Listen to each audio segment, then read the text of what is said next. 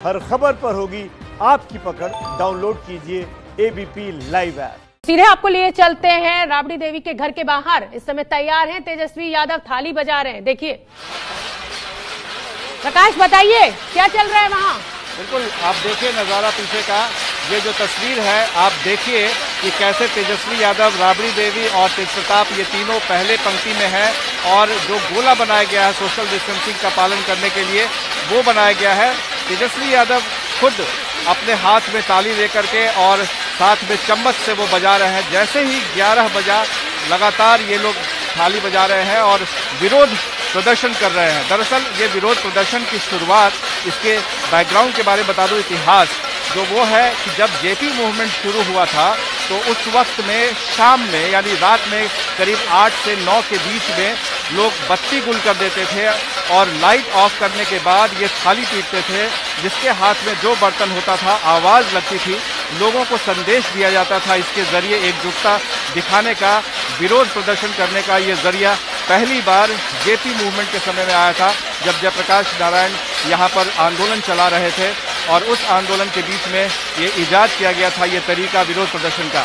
तो आज क्योंकि इसके पहले नरेंद्र मोदी जब जनता कर्फ्यू लगा था जिस दिन, उस दिन उन्होंने कोरोना के लिए, सम्मान के लिए, लोगों को सम्मान प्रदर्शित करने के लिए उन्होंने इसको इस तरीके से कहा था कि जो शाम में कैसे आप थाली बजा करके कोरोना। जी प्रकाश, मुझे तस्वीरों में एक तरफ तेजस्वी यादव और एक तरफ प्रताप यादव दिखाई दे रहे हैं। निधि श्री भी हमारे साथ जुड़ी हुई है। निधि श्री, बीच में मां दोनों बेटे नजर आ रही। जी प्रकाश, बात पूरी कीजिए। हाँ, मैं ये कह रहा था कि दोनों बेटे और बीच में मां राबड़ी देवी है। ये एक तरह से एकता का प्रदर्शन भी है। जो गेट है, मुख्य दरवाजा है राबड़ी देवी के आवास का, वहाँ पर ये लगा हुआ है, दोनों की तस्वीरें लगी हुई है और जिसमें ये प्रदर्शित किया जाता है कि बिहार के दो अनमोल रत्न और उसमें से एक तेजस्वी और एक तेजप्रताप, इन दोनों को बताया गया और माँ राबड़ी देवी बीच में है जो थाली बजा रही हैं चम्मच से। और ये जो प्रदर्शन है दरअसल न सिर्फ ये तीनों ही जो नेता हैं बल्कि इनके पीछे में जो लोग भी दिख रहे हैं, या तो घर में वो काम करते हैं, उनके सहयोगी हैं, घर में हाथ बटाते हैं, या राजनीतिक सहयोगी हैं, वो लोग हैं यहाँ पर। निधि श्री का मैं रुख कर लेती हूँ। निधि श्री, क्या राबड़ी देवी और तेजस्वी यादव, निधि श्री से शायद मेरा संपर्क टूट गया है। प्रकाश, मैं आप ही से पूछना चाहूंगी कि आज राबड़ी देवी जिस तरह से मजबूती के साथ दोनों बेटों के बीच खड़ी हुई हैं, एकता का प्रदर्शन तो है ही है, कहीं ना कहीं बिहार की जनता को ये संदेश कि लालू यादव की जगह अब मैं हूँ, तेजस्वी को वोट दीजिए। बिल्कुल, ये साफ हो चुका है कि तेजस्वी यादव पार्टी के मुख्य चेहरा हो चुके हैं और उन्हें बाकायदा इस चुनाव में, जो 2020 का विधानसभा चुनाव है, उस चुनाव में उन्हें मुख्यमंत्री पद का उम्मीदवार भी घोषित किया जा चुका है। और जो ये जोड़ी है वो अर्जुन अपने आप को बताते हैं, ये तेजप्रताप यादव अपने छोटे भाई को अर्जुन बताते हैं और खुद को कृष्ण बताते हैं। तो हर मौके पर ये साथ आ जाते हैं और राबड़ी देवी के बगल में खड़े होकर के अपना एक तरह से एकता का प्रदर्शन भी कर रहे हैं। और भावी जो चुनावी राजनीति है, रणनीति है, जो चुनाव में जाना है, इसके प्रति अपने कार्यकर्ताओं के बीच उन्हें एक तरह से उत्साहित कर रहे हैं और ये बताना चाह रहे हैं कि अब वो तैयार हो जाएं। उनके कार्यकर्ता, अब घंटी बज चुकी है, चुनावी बिगुल बज चुका है और इसी के जरिए वो चुनाव में अपने विरोधियों को परास्त करने की कोशिश करेंगे। बिल्कुल प्रकाश, अब मैं निधि श्री झा को भी लाना चाहूंगी, वो भी वहीं पर मौजूद है। निधि श्री झा, सवाल यही कि आरजेडी तो थाली पीट रही है, लेकिन क्या उनके साथ साथ उनके सहयोगी दल भी हैं उनके इस मुहिम में साथ? देखिए, आज जो अभी तस्वीरें तमाम दर्शक देख रहे हैं, इन तस्वीरों में जो सहयोगी दल है वो नजर नहीं आ रहे हैं, क्योंकि ये आरजेडी ही लगातार इस थाली पीटने के अभियान का नेतृत्व कर रही थी। और आपने सुना होगा, शोभना, जब तेजस्वी ने कार्यक्रम किया था, पीसी किया था, तब उन्होंने कहा था कि जितने मजदूर हैं उनके पास खाने के लिए नहीं है, ऐसे में उनकी थाली खाली है। और बीजेपी और जेडीयू राजनीति कर रही है, हालांकि ये भी राजनीति का अलग अंदाज है और आज से कहीं ना कहीं शुरुआत कर दी गई है। तो बाकी जो दल है वो यहाँ पर नजर नहीं आ रहे हैं और तेजस्वी यादव खुद माँ है उनकी राबड़ी देवी, और देखिए कि किस तरीके से मुंह पर मास्क लगाकर थाली चम्मच से पीट रहे हैं। जरा तस्वीर देखिए, क्योंकि पिछले बार जो यहाँ पर कार्यक्रम हुआ था उसमें भीड़ बढ़ गई थी और आज कोई भी मौका विरोधियों को नहीं देना चाहते हैं कि वो उंगली उठाए, इसलिए पहले ही बाकायदा सोशल डिस्टेंसिंग का सर्कल बनाया गया है। दोनों तरफ रस्सी इस तरीके से खींच दी गई है। इसकी तैयारी आरजेडी लगभग 15 दिनों से कर रही थी कि हम इस तरीके से थाली पीटने का अभियान करेंगे गरीबों को लेकर। हालांकि मजदूर सिर्फ और सिर्फ एक कहा जाए तो मुद्दा है जिसको लेकर कोई भी बिल्कुल वो तो भुनाने से बात नहीं आना। बिल्कुल निधिश्री, मैं अपने दर्शकों को बताना चाहूंगी नजर आ रहे हैं यहाँ पर शोभा जी। निधिश्री, तेज प्रताप यादव ने आज ट्वीट भी किया है, जिसको रखा है तुमने खाली आज बजाएंगे वही थाली। ये भी तेज प्रताप के द्वारा कहा जा रहा है ट्वीट कर। तो क्या आरजेडी ने अब जो बेरोजगारी का बड़ा मुद्दा और श्रमिकों के साथ गरीबों को भी जोड़ लिया है? जी बिल्कुल, बेरोजगारी यात्रा तो पहले ही तेजस्वी यादव ने किया था जब कोरोना काल जो है वो नहीं आया था, और अब जब कोरोना काल में मजदूर आए हैं वापस तो इनके पास डबल मौका मिल गया है। डबल मुद्दे हैं जिसको लेकर आरजेडी भुनाने की इस बार कोशिश कर रही है। और इसके साथ साथ एक और कोशिश है, लगातार जो तेज प्रताप और तेजस्वी दोनों पर उंगली उठा रही थी विपक्ष, ये भी यहाँ पर कोशिश है कि देखिए हम दोनों भाई साथ में हैं। तेज प्रताप जो है वो कुछ देर पहले यहाँ पर पहुंचे हैं और इसी तरीके से बिल्कुल अपने आप को अर्जुन बताते हैं और भाई का साथ देते हुए थाली पीट रहे हैं। दो मुद्दा सबसे बड़ा है इस वक्त बिहार में, जो आने वाले समय में आप देखेंगे कि जितनी भी राजनीतिक पार्टियां हैं, क्योंकि बिहार में विधानसभा चुनाव है, उसको कोई भी इस मौके को भुनाने से बात नहीं आएगी। और आरजेडी सबसे बड़ी विपक्ष पार्टी है। और ये देखिए कि इस तरीके से तस्वीर, और आज ठीक है शाम में रैली होना है बीजेपी का, इसलिए पहले से ही आरजेडी जो है वो एक तरीके से जो पिक्चर परफेक्ट देने की कोशिश कर रही है यहाँ पर ताली पीट कर। ठीक है प्रकाश, मैं आपका रुख कर लूंगी। जैसा कि निधिश्री भी कह रही है कि पिक्चर परफेक्ट देने की कोशिश की जा रही है, और ये जो थालियों का शोर है, क्या ये बीजेपी आरजेडी की सत्ता को हिला पाएगा? क्या ये शोर जन जन तक पहुंचा पाएगी आरजेडी बिहार में? एक बात तो तय है कि राजनीति में कभी किसी को ये नहीं कहा जा सकता है कि वो कमजोर है या किसी का पल्ला भारी है या कमजोर है, क्योंकि इसमें कभी भी बाजी पलट सकती है। किसी ने एक छोटी सी गलती की नहीं कि नाव पानी में, यानी कि इन लोगों की जो कोशिश थी लोकसभा चुनाव में जो करारी हार हुई, एक भी सीट पर लोकसभा में जीत नहीं पाए, तो उससे सबक लेने का समय आ गया है। और तेज प्रताप ने खुले तौर पर बगावत कर दी थी। अब इस बार भी अभी ये देखना होगा कि लालू यादव कैसे इन दोनों भाइयों को एक साथ रख पाते हैं, क्योंकि अगर थोड़ी सी भी चूक होती है, घर के अंदर के मतभेद का जो फायदा है वो सीधे तौर पर जो सत्तासीन पार्टी है जेडीयू बीजेपी वो उठा सकते हैं। और दूसरी तरफ क्योंकि घर में अभी तेज प्रताप की शादी को लेकर के जिस तरह से बखेड़ा हुआ, हंगामा हुआ, तो उसका भी फायदा उठाया जा सकता है। तो परिवार के अंदर में किसी तरह का मतभेद होगा, उसका फायदा सीधे तौर पे विरोधी उठाएंगे। लेकिन दूसरी तरफ सबसे बड़ी चुनौती तेजस्वी के सामने ये है कि महागठबंधन को एक रखने की। आप देखिए कि ये थाली पीटने वाले में इस कार्यक्रम में महागठबंधन के बाकी साथी अलग हैं। शोभना, ये बहुत महत्वपूर्ण है दर्शकों को जानना कि महागठबंधन इसमें अलग हो चुका है। महागठबंधन के कोई साथी इनके साथ नहीं है, तो ये एकला चलो की रणनीति पर चल रहे हैं। क्या इससे इनको फायदा होगा या नुकसान होगा, ये महत्वपूर्ण सवाल है। ठीक है, मेरे साथ मृत्युंजय जी जुड़े हुए हैं, आरजेडी के नेता हैं। मृत्युंजय जी, ये जो एकला चलो रे की जो नीति आपने अपनाई है, इस बार आने वाले विधानसभा चुनाव में थाली से आप लगातार शोर कर ही रहे हैं, क्या लग रहा है सफल हो जाएंगे या नहीं? हेलो, शायद मृत्युंजय जी से मेरा संपर्क टूट गया है। जी मृत्युंजय जी, इस बार आप एकला चलो रे की नीति पर चल रहे हैं, क्या सफलता मिल जाएगी? लड़ पाएंगे आप नीतीश कुमार और सुशील मोदी से? शोर तो खूब है थालियों का। पिछले 3 दशकों में आरजेडी ही एकमात्र पार्टी है बिहार में जिसने अपने दम पर यहाँ सरकार बनाई है।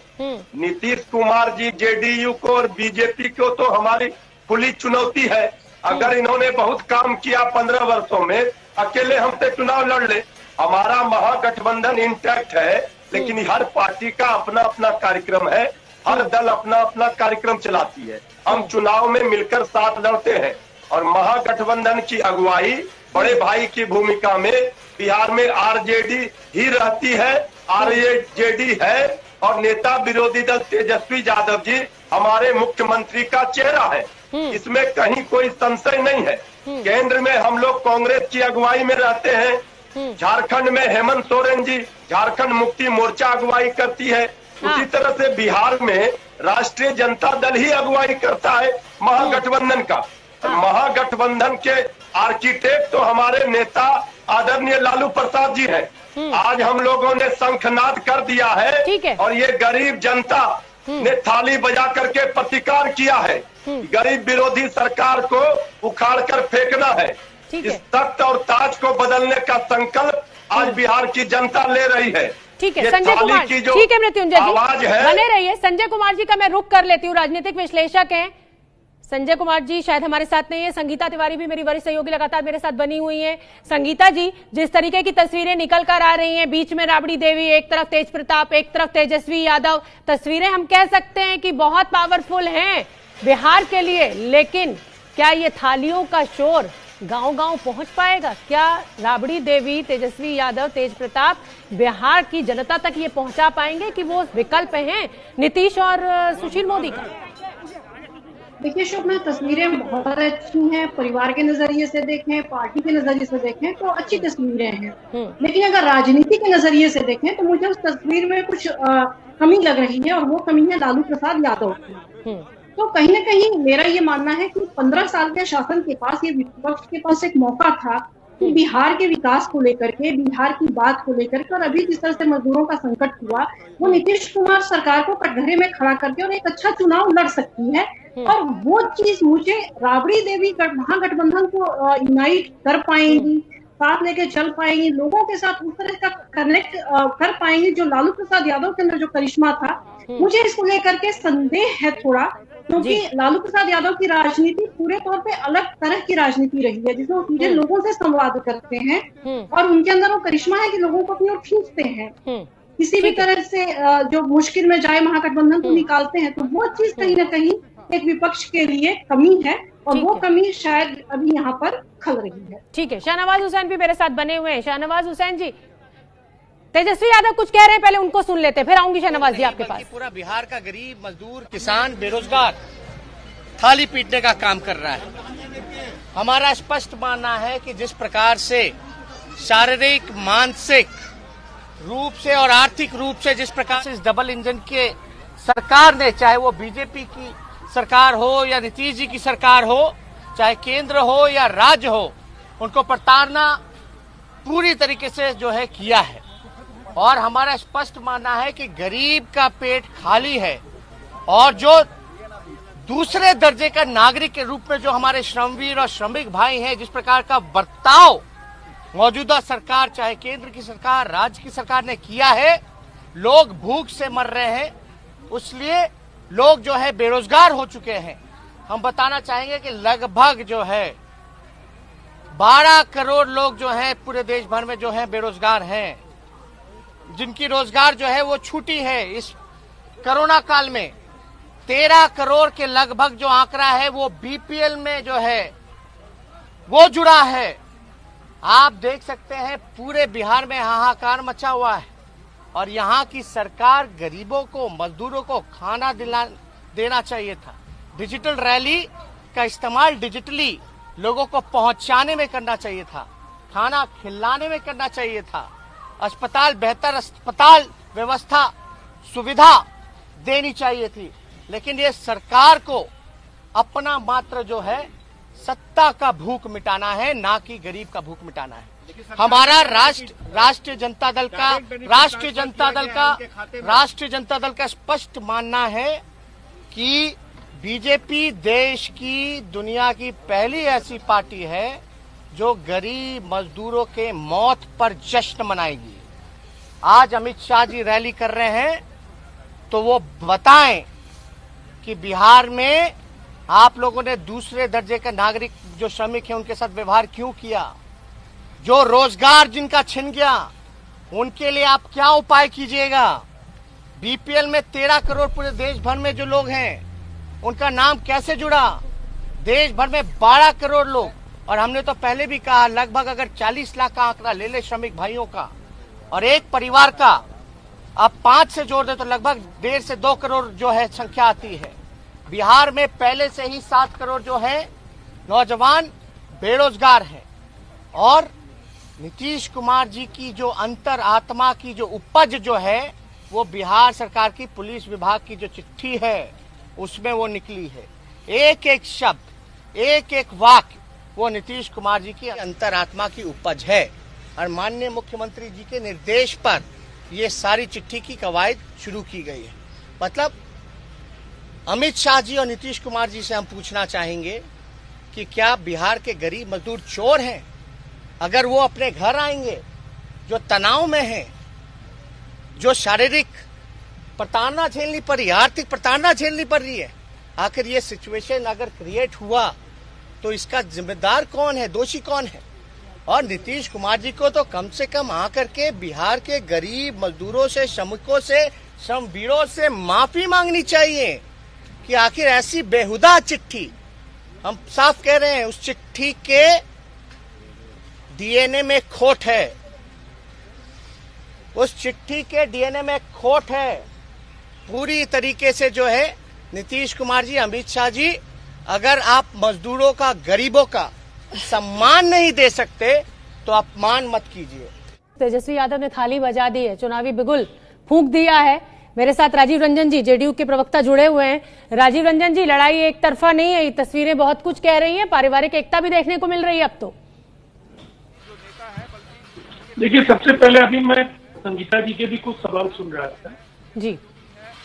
अगर आप इस कोरोना संक्रमण के दौर में बिहार में आए जो हमारे मजदूर भाई हैं, उनके प्रबंधन को लेकर के सवाल खड़े करते, कुछ राज्य सरकार का पक्ष भी देश को समझना आवश्यक है। 20,000 करोड़ रुपए से ज्यादा कोरोना संक्रमण के इस दौर में राज्य सरकार ने खर्च की।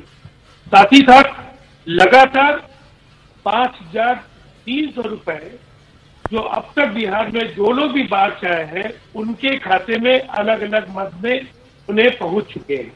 क्वारंटाइन को लेकर के जो लोग सवाल खड़े कर रहे हैं, इसके दुखके स्थानों पर देश के किस स्थान पर कठिनाइयां नहीं हुई होंगी, लेकिन नीतीश कुमार जी के लिए ज्यादा आसान था कि लोगों को सीधे होम क्वारंटाइन में भेज चुके हो।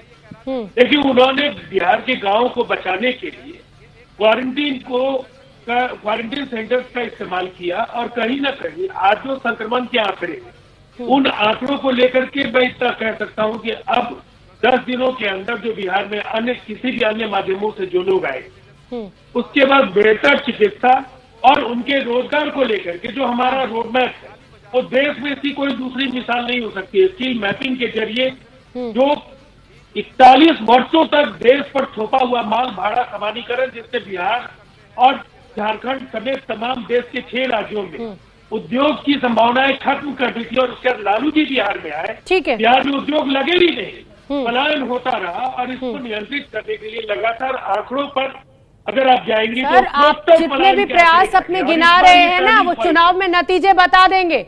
चुनाव में जो नतीजे आएंगे वो बता देंगे आपका काम।